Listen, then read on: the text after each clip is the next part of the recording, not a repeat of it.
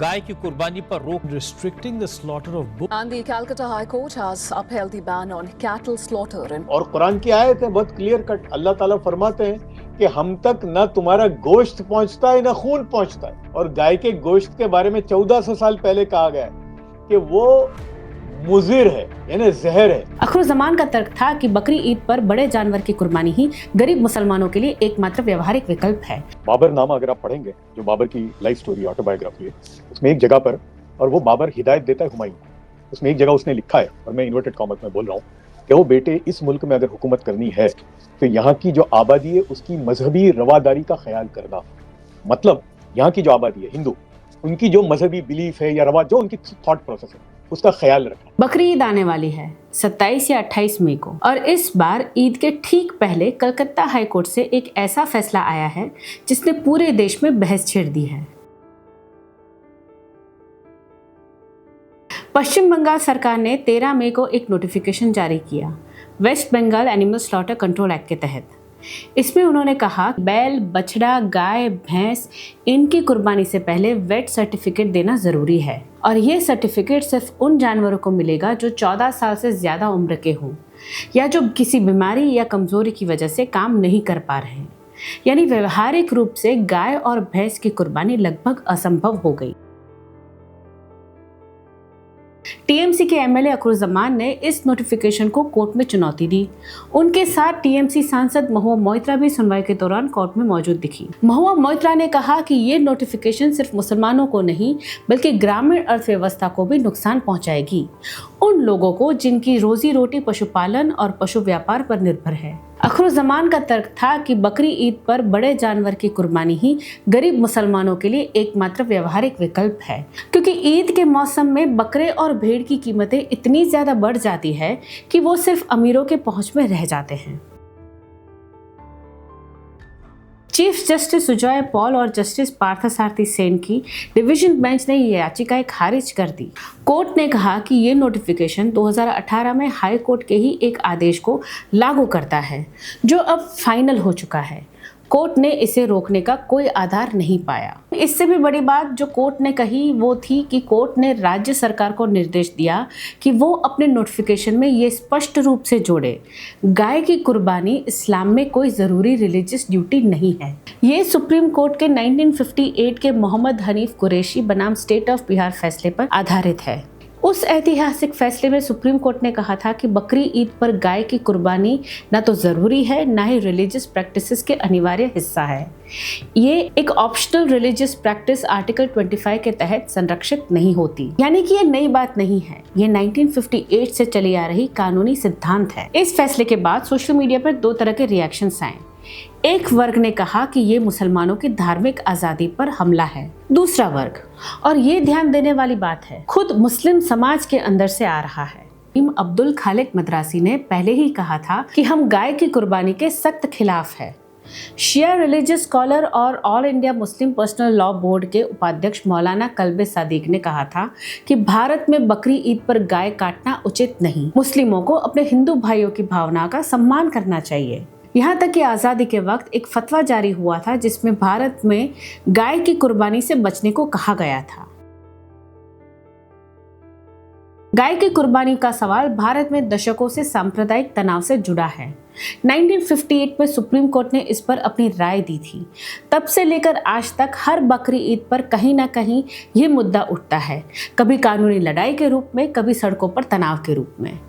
आज का सवाल ये है कि क्या ये सिर्फ एक कानूनी मसला है या इसके पीछे एक बड़ा धार्मिक और सामाजिक सवाल है जिस पर मुस्लिम समाज को खुद बात करनी चाहिए। इस सवाल का जवाब तलाशने के लिए हमारे साथ है बिजनेसमैन और मौलाना आज़ाद नेशनल उर्दू यूनिवर्सिटी के former chancellor Zafar Sareshwala. Welcome to the pamphlet Zafar bhai, and thank you so much for joining us today. ये थोड़ा हमारा क्वेश्चंस, ये जो अभी बकरी ईद आ रही है अगले हफ्ते, उस पर जो कलकत्ता हाई कोर्ट का जो अभी रिसेंट फैसला था उस पर थोड़ा डिस्कशन करना था कि ऑब्वियसली कोर्ट ने कहा है कि cow slaughter is not an essential practice for the कुर्बानी, तो यही चीज सुप्रीम कोर्ट ने 1958 में भी कही थी। तो ये हर बार साल बर साल ये जब भी बकरी ईद आती है तब ये मुद्दा क्यों उठता है? ये इज दिस इग्नोरेंस और इज दिस जस्ट पॉलिटिक्स? देखिए, ये बिल्कुल पॉलिटिक्स है, इसलिए कि आप तो 1958 की बात करते हैं, मैं बाबर के पास जाता हूँ। बाबर नामा अगर आप पढ़ेंगे, जो बाबर की लाइफ स्टोरी ऑटोबायोग्राफी है, उसमें एक जगह पर, और वो बाबर हिदायत देता है हुमायूं को। उसमें एक जगह उसने लिखा है, और मैं इन्वर्टेड कॉमर्स में बोल रहा हूँ, कि वो बेटे, इस मुल्क में अगर हुकूमत करनी है तो यहाँ की जो आबादी है उसकी मजहबी रवादारी का ख्याल करना।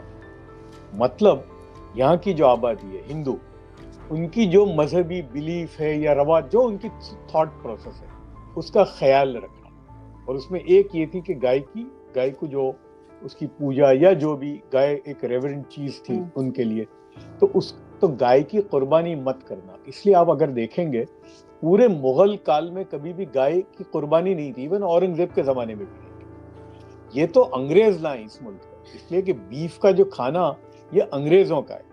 उसके बाद सर सैयद ने जब अलीगढ़ मुस्लिम यूनिवर्सिटी कायम की, तो उस वक्त उन्होंने हिदायत दी थी कि यहाँ गाय का गोश्त सर्व नहीं किया जाएगा। तो आज तक अलीगढ़ मुस्लिम यूनिवर्सिटी की मेस में कभी भी बीफ, बाद में आए तो 47, उससे पहले कभी भी सर्व नहीं किया गया। और आजादी के बाद 1955 में दारुल देवबंद ने फतवा जारी किया था और ये हिदायत दी थी, और मैं कोट करता हूँ कि हम मुसलमानों को ये हिदायत करते हैं कि बकरी ईद में गाय की कुर्बानी ना करें, इससे जो यहाँ की जो आबादी है उनकी मजहबी ख्यालात या रवादारी को ठेस ना पहुंचे।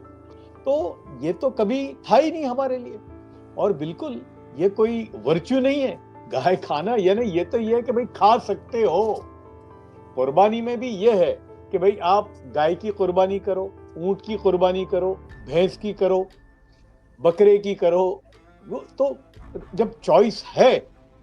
और अब देखिए कुर्बानी क्या है असल, ये तो एक रिचुअल है, एक अमल है, लेकिन इसके पीछे जो क्या है, ये असल में सिर्फ गाय या कोई जानवर की कुर्बानी नहीं है। It is slaughter on your greed, on your घमंड, आपका तकब्बुर। ये अगर है गाय ये कुर्बानी करके, अगर मेरे अंदर का जो अंदर की जो खराबियां मेरे दिल में, घमंड है, तकब्बुर है, ग्रीड है, ये सारी खराबियां अगर हैं, तो मतलब कहीं कोई प्रॉब्लम है मेरी कुर्बानी करने। तो और कुरान की आयत है बहुत क्लियर कट, अल्लाह ताला फरमाते हैं कि हम तक ना तुम्हारा गोश्त पहुंचता है ना खून पहुंचता है, हमको तो तुम्हारे दिलों के अंदर के जो इरादे हैं वो पहुंचते हैं। तो बिल्कुल, और मजहबी किसी की ठेस पहुंचाना ये भी कुर्बानी का हिस्सा नहीं है। तो बिल्कुल सवाल ही नहीं पैदा होता, ये तो शुरू से है। मतलब ये क्यों लोग सियासत करते हैं इस पर, सवाल मतलब समझ में आने वाली बात नहीं। सो आप ये कह रहे हैं कि अ ट्रू मुस्लिम कैन वो देश में रहकर वो अपना ईमान भी पाल सकता है, he can follow his religious practices and also respect the faith of the other communities, the other non-Muslims, by saying no to slaughtering the cows. Is what you would conclude with this? Yes, बिल्कुल सवाल ही नहीं पैदा होता ना। अरे भाई, अगर कानून नहीं भी होता, अगर मुल्क में कानून नहीं भी होता, तो मेरे पड़ोसी को तकलीफ पहुंच रही है किसी चीज से, और जबकि अल्टरनेटिव अवेलेबल है। भाई भैंस है, कैमल है, बकरी है, और ये तो कंडीशनल है ना। और फिर इस्लाम में एक और चीज है कि जिस मुल्क में आप रहते हो उस मुल्क के कानून को मानना वो भी इस्लाम का हिस्सा है। तो अगर कानून नहीं भी होता तब भी हम नहीं करते उसकी कुर्बानी। राइट। सो जफर साहब, ये महुआ मोइत्रा अभी टीएमसी एमपी जो हैं वो भी गई थी कलकत्ता कोर्ट में जब हियरिंग चल रही थी। उनके साथ बहुत सारे अलग लोग होते हैं, अलग पॉलिटिशियंस होते हैं, जो जब भी ये मुद्दा आता है वो मुस्लिम्स की वॉइस बन के जाते हैं। तो आपको क्या लगता है जब ऐसा होता है तो you think it does more harm than good to the community, या does it give them any benefit? देखिए, बल्कि ये तो जो कलकत्ता हाई कोर्ट ने कहा कि it is not part of religion, यानी गाय की कुर्बानी करना ये मजहब का हिस्सा नहीं है। मैंने 2016 में आर्टिकल लिखा था, बहुत छपा था, कि eating cow is not a virtue. ये कोई इस्लाम ने तो कहा खा सकते हो, खाओ, ये कभी नहीं कहा। बल्कि प्रॉफिट की जो एक तिब्ब नबवी एक किताब है, जो यानी तिब मतलब अबाउट हेल्थ, उसमें लिखा है कि गाय का दूध जो है वो सेहत के लिए बहुत अच्छा है, और गाय के गोश्त के बारे में 1400 साल पहले कहा गया है कि वो मुजिर है, यानी जहर है। और आप देखिए आज के डॉक्टर हार्ट वाले को या जिसको यानी डायबिटीज वगैरह जो है, तो सबसे पहले अगर रोक देते तो वो बीफ है, यानी गाय का गोश्त है। यहाँ तो हम नहीं खाते, लेकिन वेस्ट में जो लोग खाते हैं स्टेक वगैरह, तो सबसे पहले डॉक्टर रोक किस पे, क्योंकि सबसे ज्यादा जो कोलेस्ट्रॉल है वो गाय के गोश्त में। तो हमारे लिए तो कभी वो कोई वर्च्यू था ही नहीं, बिल्कुल नहीं था। तो बिल्कुल ये इस तरह की हरकतों से मुसलमानों को नुकसान पहुंच रहा है, फायदा तो होने का सवाल ही नहीं पैदा होता। But they also talk about Muslim vote bank as their vote bank. तो ये एक तरह से आप हार्म भी कर रहे हो और आप उस पर पॉलिटिक्स भी खेलते हैं, तो ये कॉन्ट्रडिक्शन थोड़ा समझ नहीं आता about the politics around beef particularly. देखिए, मैं तो मुसलमानों को अब ये एक बात बोलता हूँ कि ये सियासी लोगों से दूर हो जाओ और सियासत से भी दूर हो जाओ अभी, इसलिए कि वहां आपका कुछ होने ही वाला नहीं। अभी आप देखिए ना, ममता बनर्जी की हुकूमत 16 साल रही, उससे पहले 30-35 साल कम्युनिस्ट पार्टी की रही, उससे पहले कांग्रेस की रही। अगर आप देखेंगे कि हिंदुस्तान में सबसे ज्यादा खराब हाल हर इकोनॉमिक इंडिकेटर में अगर मुसलमान का कहीं है तो वो आसाम और बंगाल में। आसाम में तो अभी 5 साल पहले बीजेपी ने हुकूमत की, उसके बाद सबसे बुरा हाल जो है एजुकेशन में, हेल्थ में, जॉब्स में, एंटरप्रेन्योरशिप में, कारोबार में, सबसे बुरा हाल अगर कहीं है तो वो बंगाल में है। तो बंगाल में तो कभी बीजेपी ने हुकूमत ही नहीं की भाई। 16 साल से तो आप 15 साल से आप हुकूमत कर रहे थे, उससे पहले 35 साल कम्युनिस्ट पार्टी ने हुकूमत करी। ये वो लोगों ने हुकूमत करी जो मुसलमानों की अलमबरदारी करते हैं। तो मतलब उससे एक बात अब साफ आ जाती है कि इनको मुसलमानों के डेवलपमेंट का कोई इरादा नहीं है, इनको सिर्फ मुसलमान का वोट चाहिए बस। तो मैं समझता हूं कि ये अकल अब मुसलमानों में आना शुरू हो गई है कि ये सो कॉल्ड सेक्युलर पार्टियां जो हैं, ये सिर्फ और सिर्फ मुसलमानों का वोट चाहते हैं, मुसलमानों का कोई डेवलपमेंट इनके एजेंडे में ही नहीं। राइट। जफर भाई, एक और बात थी कि जैसे पाकिस्तान में अगर देखें, पड़ोसी मुल्क was part of India at one point, two nations अलग हुए थे ऑब्वियसली ऑन फेथ। तो पाकिस्तान में गाय काटना खुलेआम होता है, एक सेलिब्रेशन की तरह से होता है। It is they consider it their fundamental right to slaughter the cow, वो उनका काफी एक रहता है। तो इंडियन मुस्लिम्स को, क्योंकि एक तरह से देखे तो द इंडियन सबकॉन्टिनेंट के जो मुस्लिम्स है, they have a far more things in common than the Muslims from से अरब। तो इंडियन मुस्लिम्स जो हैं उनको भी क्या इसको एमुलेट करना चाहिए, या उनकी कोई और उनकी दूसरी जिम्मेदारियां हैं व्हेन इट कम्स टू एक, जैसे हम सेक्युलरिज्म या प्लूरलिज्म की बात करते हैं, तो उनकी क्या अलग जिम्मेदारियां आपको लगती है कि ऐसा है? एंड शुड या और अगर वो फॉलो करते हैं तो इज इट एन उसको अटैक ऑन मुस्लिम्स क्यों कहा जाता है फिर? भाई देखिए, पहले आपने जो पाकिस्तान की बात की, तो हिंदुस्तान का बहुत बड़ा तबका इस्लामिक स्कॉलर्स का वो टू नेशन थियरी के बिल्कुल खिलाफ थे। मैं तो उस फैमिली में से हूँ, हमने सख्त मुखालिफत की, जबकि हमारा जिन्ना साहब से बहुत करीबी ताल्लुक था। मेरे ग्रेट ग्रैंडफादर के लॉयर थे जिन्ना साहब, गुजरात हाई कोर्ट में 1935 में केस दिया था मेरे ग्रेट ग्रैंडफादर ने जिन्ना साहब को। जिन्ना साहब तो हमारे आते जाते थे, उसके बावजूद भी, लेकिन इस बात से हम सख्त खिलाफ थे उनके। हमने कहा ये हो ही नहीं सकता। इसलिए पाकिस्तान बनने के लिए बहुत बड़ा तबका इस्लामिक स्कॉलर्स का उसके खिलाफ था टू नेशन थियरी का। वो कभी बाद में उसकी बहस कर सकते हैं हम, लेकिन जब पाकिस्तान बन गया तो हमारे बहुत सारे इस्लामिक स्कॉलर ने कहा ठीक है भाई, तुम्हारा मुबारक, तुम्हारा मुल्क तुमको मुबारक, ठीक है। तो वो ठीक है, वो एक अलग मुल्क है। हमारा उससे कोई ताल्लुक नहीं, इतना है कि भाई they are the same religious people, that's all. उसके अलावा उनके मुल्क में क्या हो रहा है नहीं हो रहा है उससे हमें कोई लेना देना नहीं है।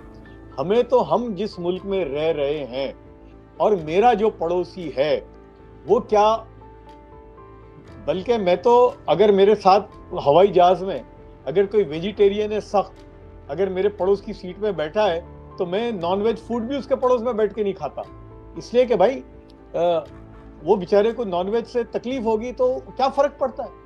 तो हमारे लिए ये कोई इश्यू नहीं है बिल्कुल। और देखिए हिंदुस्तान का मुसलमान जो है और हिंदुस्तान का हिंदू दोनों एक ही हैं, सिर्फ मजहब अलग है उनका। दोनों का एस्पिरेशन सेम है, दोनों के ख्वाब एक है। आप मुझे बताइए ना कि एक हिंदू नौजवान जो चाहता है तो क्या मुसलमान नौजवान की चाहत दूसरी है? भाई मुसलमान नौजवान भी यही चाहता है कि मैं तालीम हासिल करूं, मुझे जॉब्स मिले, मैं कारोबार करूं, मेरी तरक्की हो, इकोनॉमिक डेवलपमेंट हो। तो हिंदू जो चाहता है वही मुसलमान भी चाहता है। तो ये सोचना कि मुसलमान की रिक्वायरमेंट अलग है और हिंदू की रिक्वायरमेंट अलग है, ये बिल्कुल। और बल्कि हम लोग अभी बीच में अजीत दोवल साहब से मिले थे, हमने बहुत सारी बातें कही उनको, मुसलमानों के जो रिलेटेड या मुसलमानों की जो परेशानी रिलेटेड जो बातें थी, तो उन्होंने एक बात बहुत साफ कही और वो बहुत बड़ा मैसेज था उनका। इसलिए मोस्ट प्रोमिनेंट हिंदुस्तान के 16 लोग थे, उसमें उन्होंने एक बात कही कि भाई देखो, वी आर अ शिप, यानी हम सब एक जहाज में हैं।